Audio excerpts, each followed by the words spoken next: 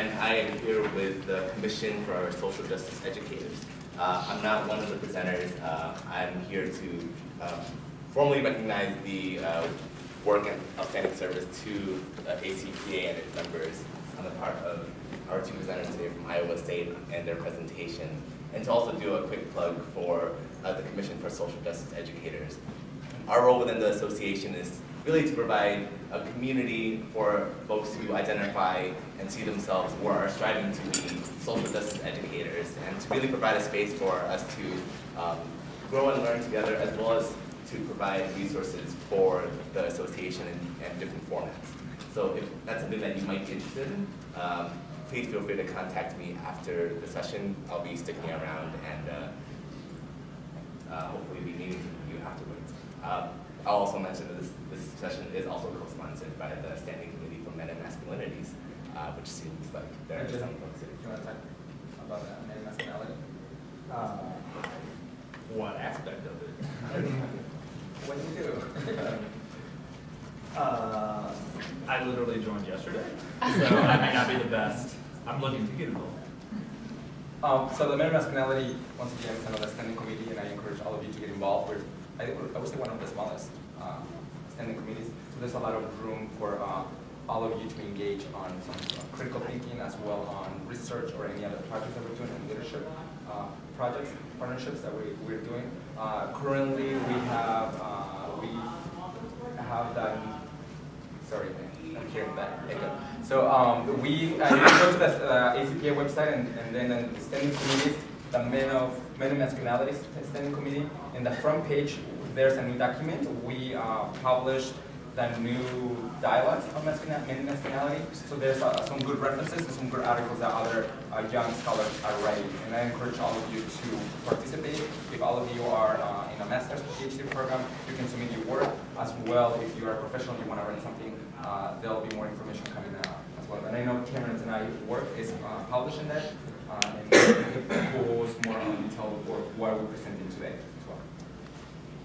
And okay, what I'll add on as an invitation/challenge to folks who are interested in masculinity works is that there are very, very, very few spaces where there are scholars and practitioners engaged in work on masculinities, and I think it's a growing need on college campuses. So if that's something that you're interested in, the Men and Masculinities Standing Committee for Men and Masculinities could be that space. So. And so just to finish this introduction, we have certificates of recognition for Cameron and Chris for their contributions. Thank you.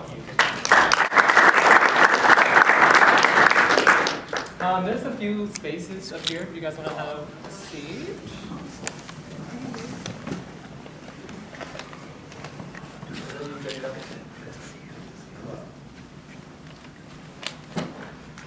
All right, so welcome. We appreciate all of you taking your time, and I know there's a lot of sessions to choose from in the 10:30 block, so thank you for choosing ours.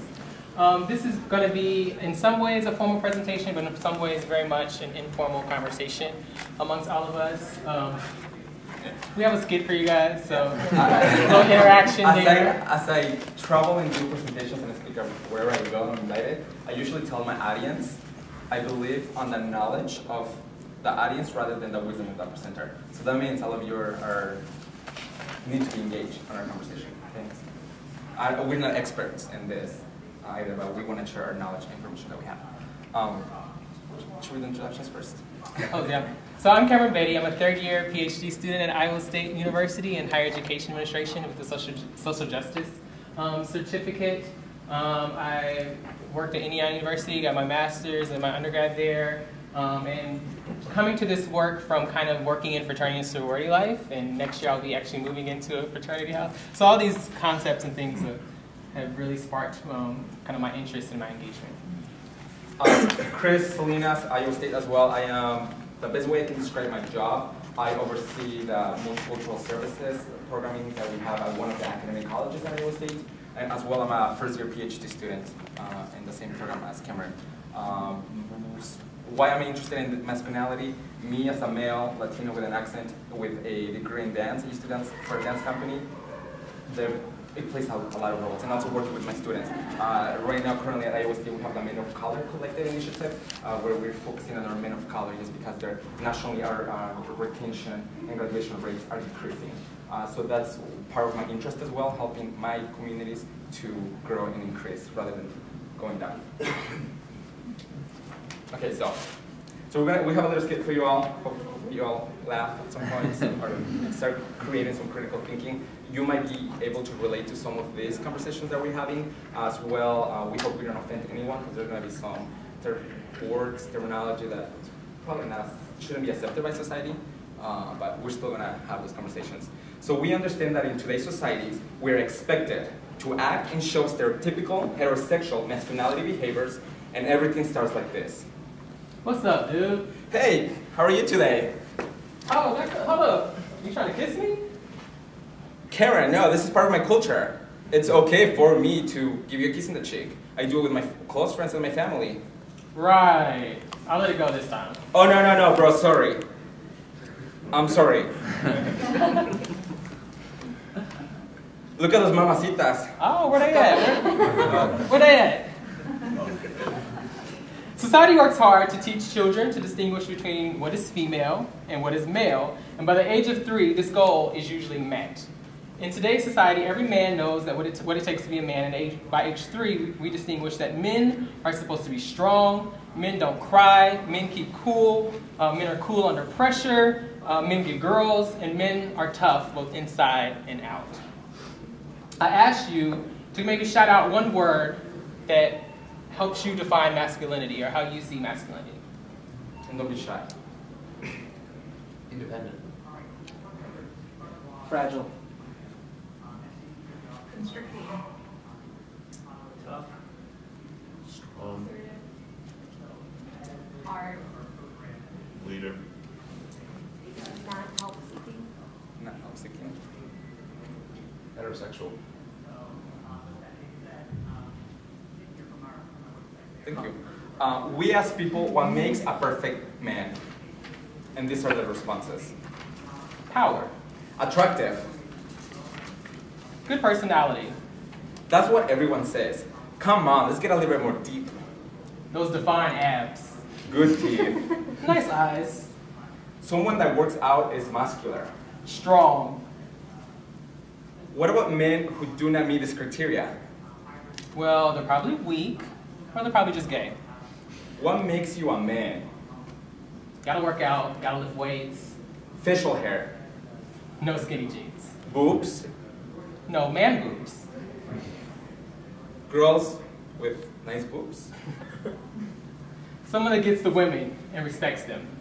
Not only respects women, but respects everyone else around them. We take the conversation we had in private spaces and bring them to this public space. In order to question the traditional understanding of masculinity and multiculturalism, and challenge these understandings in order to make a space for a more intersectional approach to identity.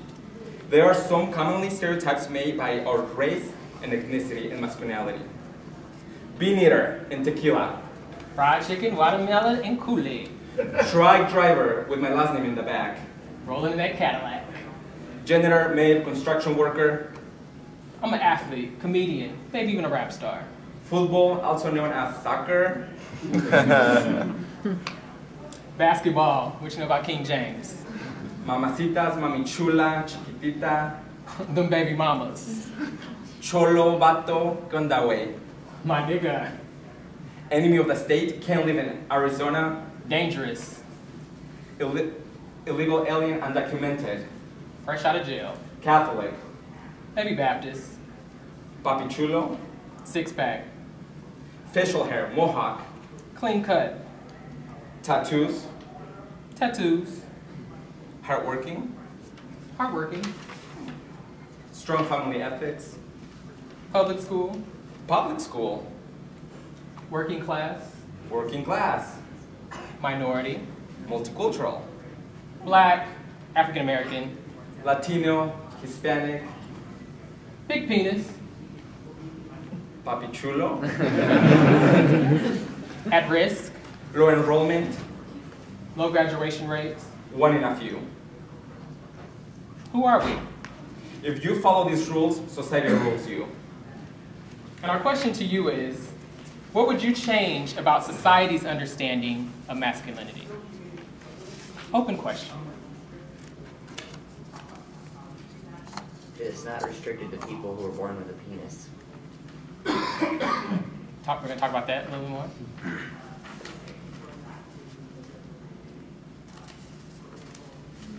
Allowing them to openly express emotions. Get rid of the winner takes all, so you either have to be dominant or you're nothing.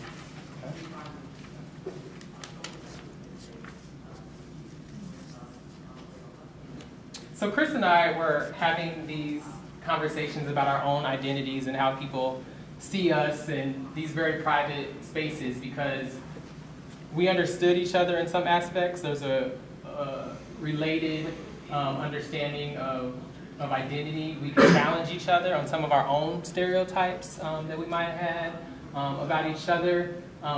But we were having these conversations and then we were thinking, okay, well, how do you have this conversation in a very public space where people are coming into the space with very different understandings of masculinity, of very different understandings of identity, and very different understandings of a lot of social identities and how those identities might intersect. So that's what we're going to do today, is have a very public conversation. Public to private, and we'll come back and forward as well. Yep. So today we're gonna learn together. Like I said, we're expecting all of you to engage in our conversation as well. We're gonna look at some of the language that's centered about gender. As well, we're gonna look at different definitions of masculinity, just because there's different ones, and the way I define masculinity is like I define diversity, the way I define success. It looks differently. It looks different to everyone. It's like beauty. We look at it differently, right? It also has multiple. We're going to look at multiple understandings of masculinity. We're going to look at how intersectionality approaches to masculinity look like as well. We're going to create our own definition of masculinity as we have these conversations, Cameron and I, and we're going to have a group activity towards the end as well. I do want to say that there might be language that we use that's rooted in the presentation. At any point in the presentation, tell us to stop. Maybe we need to define some terms, maybe we need to make some examples, maybe we have some explanation around some things. So please feel comfortable stopping us and engaging us, because we can't make assumptions that we all have some of the terminology.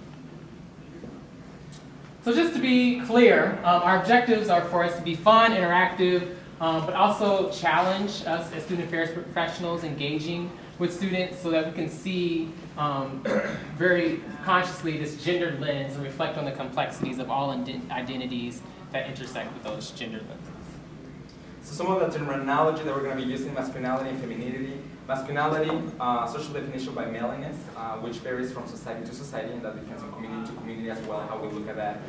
Femininity, the social definition of femaleness, which varies from culture to culture as well. So we need to understand that. So we're going to do a little bit of an activity together as a group. So fill in the blank. Once again, we're trying to see this to have a better understanding of the terminology, how do we use it, and it goes back to the language that we use with our students, with our coworkers, just because that could be really hurtful when we talk to someone else. So we want to continue to create awareness of the terminology that we use. So blank refers to cultural ideas concerning the way members of two sexes are perceived, evaluated, and expected to behave. Okay, B. Any other?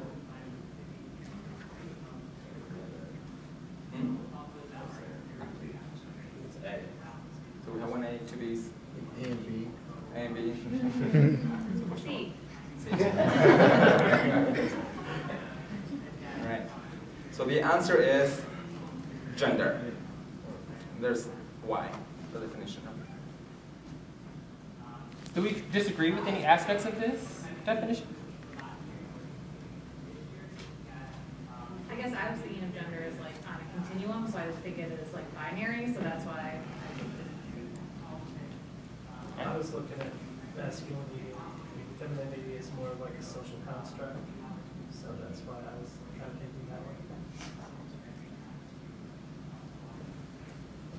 So this is the most common definition used when you think about gender, but the definition becomes problematic when you start talking about masculinity and femininity as these gendered terms and talking about them in this binary aspect. Because either, when you talk about it in a binary aspect, it's either you are or you aren't. And then if you aren't, this that definition, and where do you fit within this gendered continuum? So question number 2. In some cultures, blank are regularly defined, while in others they overlap to a considerable degree. Gender roles. Anyone disagree? I don't have candy, but I have a pen.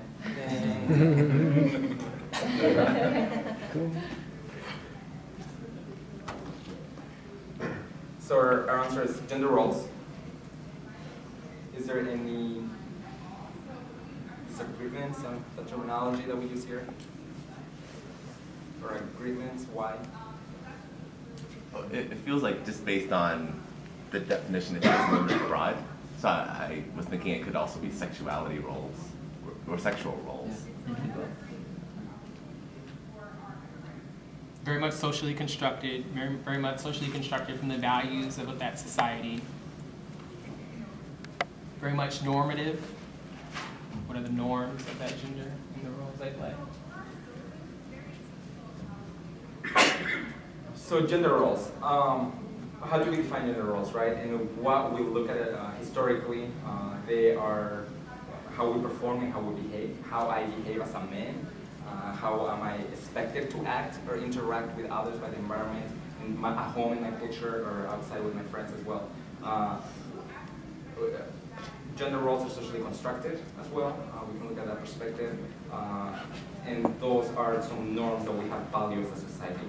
And once again, it goes back to how do we behave and what's expected from us as a male, right? Another example would be for me, and this is thinking at home. As a Latino, I'm expected to act very manly, but once again, I used to dance for a dance company. So that created a lot of conflict, trying to define and express what I did. And I was dancing for a dance company, and yet I'm in a fraternity. So I had to explain to my mom, because my parents didn't understand the system of Greek life. I had to explain to them what a fraternity was, right? It's a social group. But yeah, because I'm in dance, she thought it was a gay group, a gay organization. So how do we explain that and how I'm expected to act at home and how I interact with society? Once again, we need to define that as well. As a women, we have created a social idea that women are going to take care of children, right? But yet, maybe if I myself as, if I was a woman, I'm here at ACPA. I'm not taking care of my children. So how I'm challenging the system of those expectations that I have for me, and yet I'm here doing other things that I'm passionate about and challenging those behaviors and expectations that I have for me. We have some images that challenge the gender roles. Right here, this baseball player engaging with and taking care of a child. Once again, how that is challenging what we have constructed socially. And this performance of what gender is, what gender looks like, what the perceptions of gender is, what the expectations of gender are. As well, another performance, women as other women. Once again, that's challenging the performance of how we view are those expectations that we have, or that we have created in society.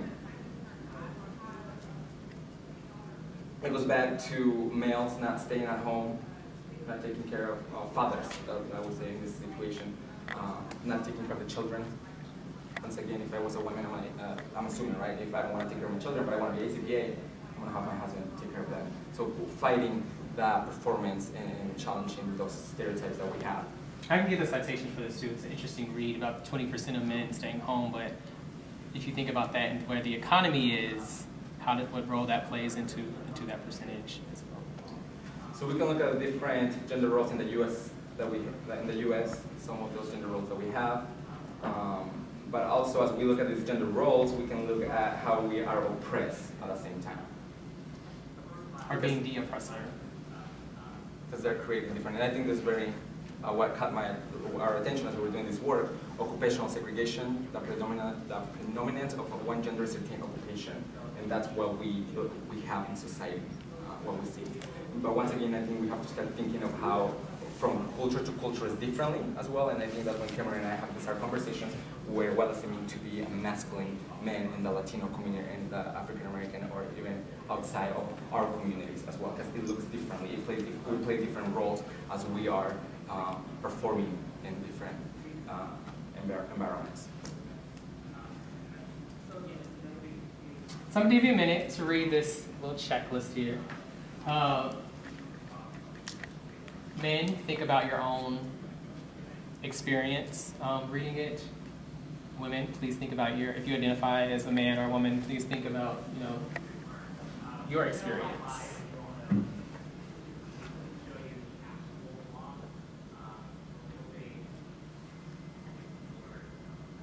Should I read it? Can everyone see? At the bottom, maybe at least, Cameron? Okay, yeah. So maybe starting here, if I have children but would not provide primary care for them, my masculinity will not be called into question. If I have sex with a lot of people, it won't make me an object of contempt or decision. I will never be expected to change my name upon marriage or question if I don't change my name.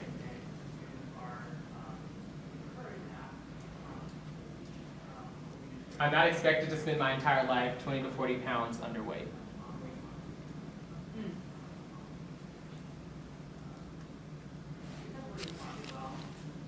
What are your reactions?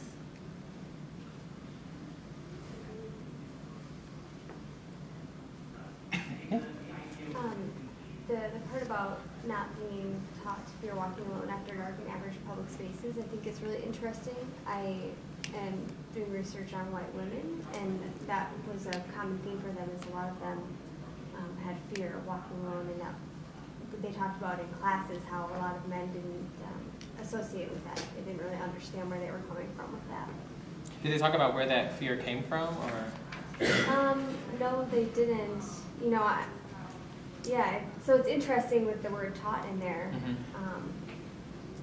I mean, I think maybe from previous experiences for some of them, and then for others, just what they might have seen in the media, etc., social influences. Yep. I think it's very interesting. I'm the same one. I'm not talking fear of walking alone, but being raised by a single mother, what her fears were put on my brother and I, and living in an urban community. So like she always talked about being very aware of our surroundings at night in the city and so on and so forth. So it wasn't like being afraid, but be very aware of our surroundings, because I think that was her fear being placed on us as a single mother, because it was not father. So some of the work that we're doing, like I always say with our men of color, one common theme that it counts a lot with our men of color is that they don't feel safe. So safety. Because I think it's different because we're in terms of gender, but also if you think about the safety skill piece, there's so many men of color that express that they don't feel safe in our campuses.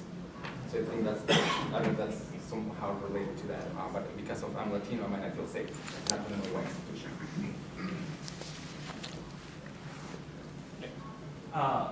More of a question with the first one, about having a higher possibility of getting hired for a job. Specifically focus on higher education, have there been any studies, or is higher ed, we like to think higher ed, ACPA, we're ahead of the curve of inclusivity, we are more encompassing, but is higher ed still a male-dominated field? I mean, I know obviously the higher up at the terminal positions, but are there any studies of higher ed is ahead of the curve or still behind the national average of other fields? I have my own assumption. I don't know if there is research out there currently. I have read studies where senior student affairs officers are very much a male-dominated field. I'm not sure about a field in general. Catherine? I mean, part of the reason that at the advanced level we see senior administrators being men are because of the issues that you were talking about earlier. So The idea that women often take time out or stop out in order to have children, in order to be the primary caregiver at home, and then trying to reacclimate and enter the field later, you're 10 to 20 years behind your male counterparts who have been able to continue on their trajectory of becoming a director, becoming a dean, becoming the vice president. So part of the reason that we see that disparity at the senior level is because of those exact things you were talking about in terms of gender roles that happen kind of at the mid-level career. And I think even at the systemic level, I mean, it's individuals too, but even if there's a lot of women in upper level positions, higher education system is still very hyper-masculine, sort of like the military in a lot of ways, with what's rewarded in competition and all of that. And to fit within that system, you have to be able to perform certain gender roles. That's my perception. One of the things I wanted to mention earlier, my reaction was that I think in constructing masculinity or constructing tough and stuff like that, but it also taught to maintain control a lot of times, and that's a power you play, I feel like. And so when I see a lot of these, it's like, if I have sex, a lot of people will make me an object of contempt or derision. That's an act of control. Whether or not that person's actually in control is a totally different piece, but it makes it appear like this person is really in control of what's going on, and because it's rewarded so positively to be, to be someone who has that power to do something like that. So I think this is, it's a very much a set of privileges that are invisible, but it's also because it's constantly rewarded because you have that control, and it's valued. It's valued, yeah. And so I wanted to share that reaction, but also that I feel like one of the big things that I wanted to hear was like how to work, with some of the students that I have to not necessarily reward that, and or to make sure that we're cognizant of when that reward is happening and how to maybe challenge that. Yeah, off of that, kind of thinking of the rewards, but also the punishment. So I was thinking like, okay, if I don't have children, but if I did have children and I wasn't providing the primary care, for them, and I had like there's a stay-at-home dad or something like that, what kind of judgments would be made, or comments would be made as almost like a punishment for me versus a partner that maybe would be doing something that would be rewarded, like a behavior that. So what I'm trying to say is like if I were to be taking care of children, that would just be kind of expected. Like, oh yeah, you're supposed to be doing that because you're a woman or whatever. But if it was a stay-at-home dad, potentially might be like, oh, you're such a good dad, kind of like that extra reward. Whereas if I wasn't doing it, it would be more punishment. And sorry. Just another general reaction. I think personally, like I really identify with literally everything on this list as applying to me and those privileges. But it also strikes me as sort of buying into this binary again. And I would guess that these rules or the privileges don't necessarily apply to everyone in all cases. So that's my reaction. What I did find when I was reading it, the male privilege checklist, so it doesn't say the white male privilege checklist, you know what I'm saying? And as a black male, sometimes I want to think that my privilege, I don't have it sometimes because I'm black and I'm a male, but when I was reading through these, I was like, yeah, that applies to me, yep, that one too, yep. I have privileges in these different scenarios, and we'll talk about this a little bit more when we delve into what intersectionality really is, but I wanted to point that out. I had another noticing. So before one of your earlier slides, you were pointing out the juxtaposition between public spaces and private spaces, and for me, this strikes me as the impact of male privilege being more in the public sphere, because it has social impacts. Because in the private sphere, I mean, unless I'm giving myself a job and skewing the favor for myself, it doesn't have that same impact. So. So it's interesting thinking about where privileges fall within that juxtaposition of public and private. So we can move on because of time. purposes. Then we have the act like a man box, and it goes back to what we were speaking about in our private and public conversations, what Timur and I have talked. How are we verbally abused sometimes, or sometimes physical abuse? Another thing that we came up as we're doing our work, verbal abuse, that will be more like bullying, and physical abuse will be more like hazing as well. So that's something else that we have in these conversations. That's how bullying and hazing play a big role in masculinity as well. Especially if you're thinking about the Greek system. Yes, because when you think about hazing, it goes to Greek system, not necessarily all the time, but you know that's the idea that we have. So, and then inside the box, you know, how are we expected to act and behave? What are our expectations from society as a male? So these are things we were performing. Like when you or say you're masculine or you're male, like you're performing these things in the box. And when that isn't happening, these things may happen. Yeah. I know you're not asking for reactions to this slide, but I'd like to point out that for me, the column about verbal abuse, you're using the term bullying, and for me what comes up is homophobia and transphobia and sexism and those sorts of things. Absolutely. I think it's really important that we call bullying what it is, which is phobias, right? Absolutely.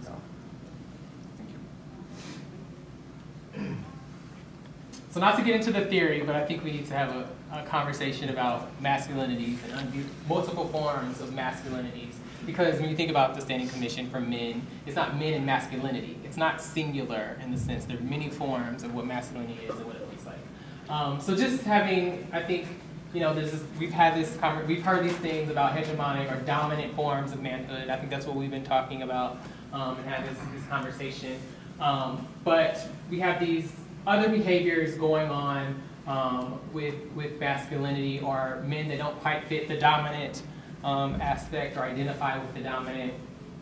And then we have these kind of complicit understandings of the dominant position of gender order as like material payouts without lifting a finger. So talking about those invisible privileges, so to speak. So you might feel like you're not in the dominant group, but there's still privileges you're awarded, no matter if you align with that or not, whether you identify with that or not, there's still privileges that you're afforded. And I think where Chris and I are coming from is this conversation around marginalized groups. So when you start pulling in Black men or Latino men or poor men or these different other social identities into what it means to be masculine, and then they don't fit this hegemonic understanding, we get this marginalized group of understandings of masculinity. So I think I just kind of said all of this. Oh, this one was like, okay, hello, light bulb, light bulb. So this paradox, so men as a group have power over women as a group, but as individuals do not feel powerful. So when you start thinking about privilege or start thinking about having this big systemic, men don't have to, you know, talking about paid time off and all those type of things for childbirth, these different things. But me as a man, I don't feel like I have this control over Ilsa, or me as an individual don't have this control over Aja when I start talking about my masculinity. But it's very much rooted in the systemic privileges of what it means to be masculine, what our culture has now put value on.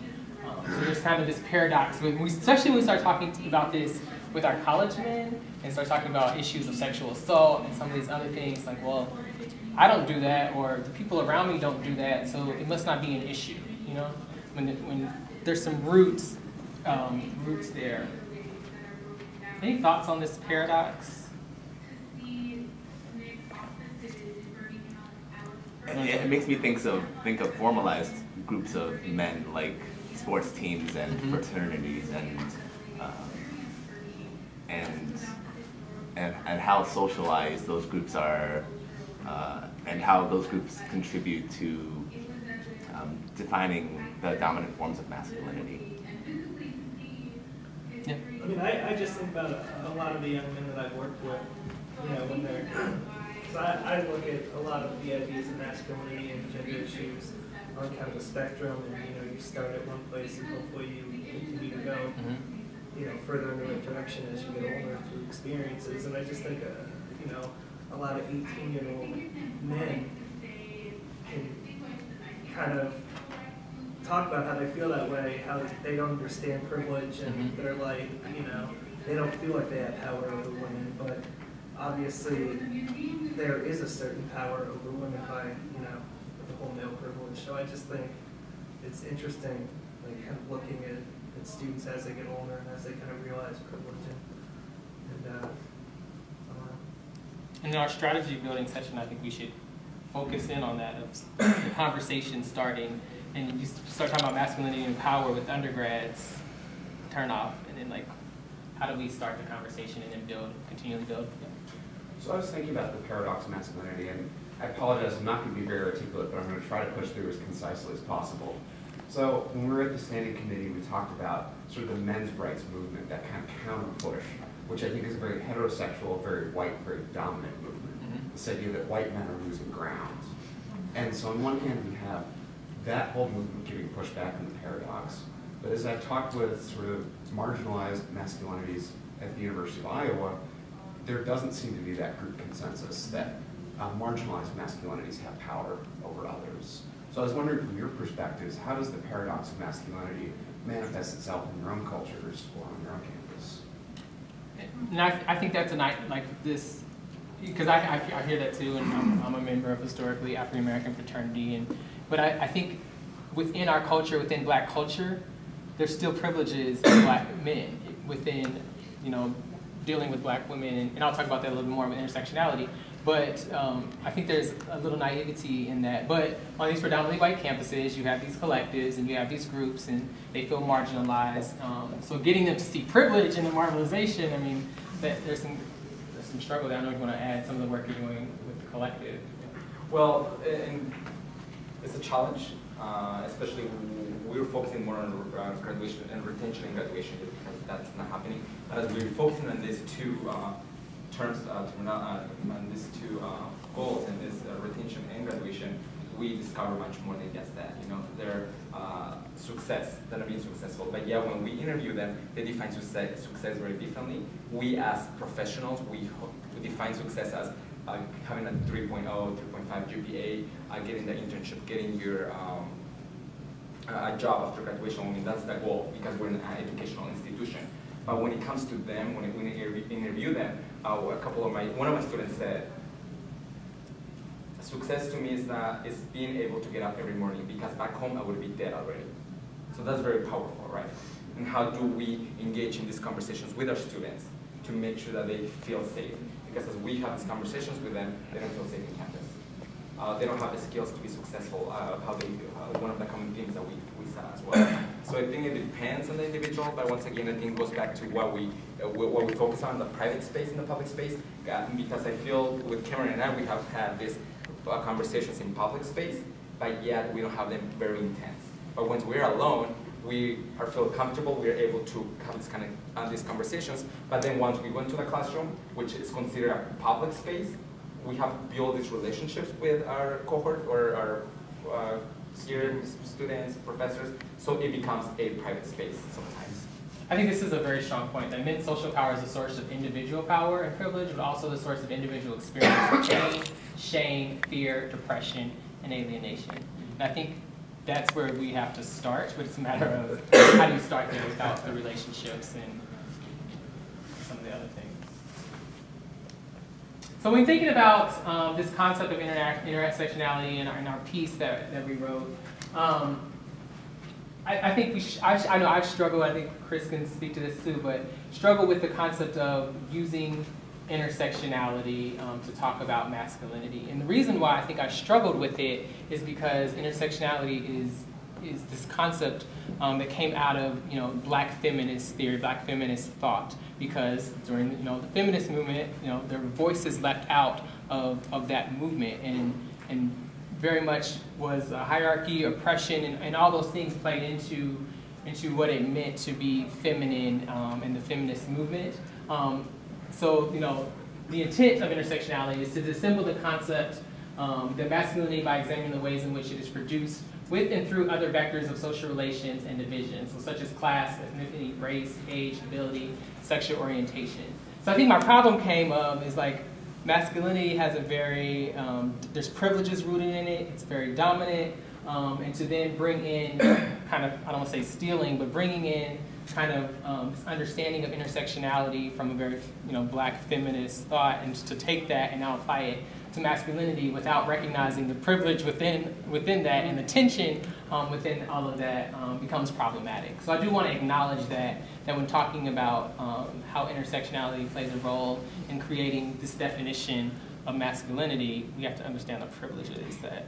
And on the piece that we wrote together, we explained a little bit about this and his experience, my experience, but also, me as a Latino male with an accent.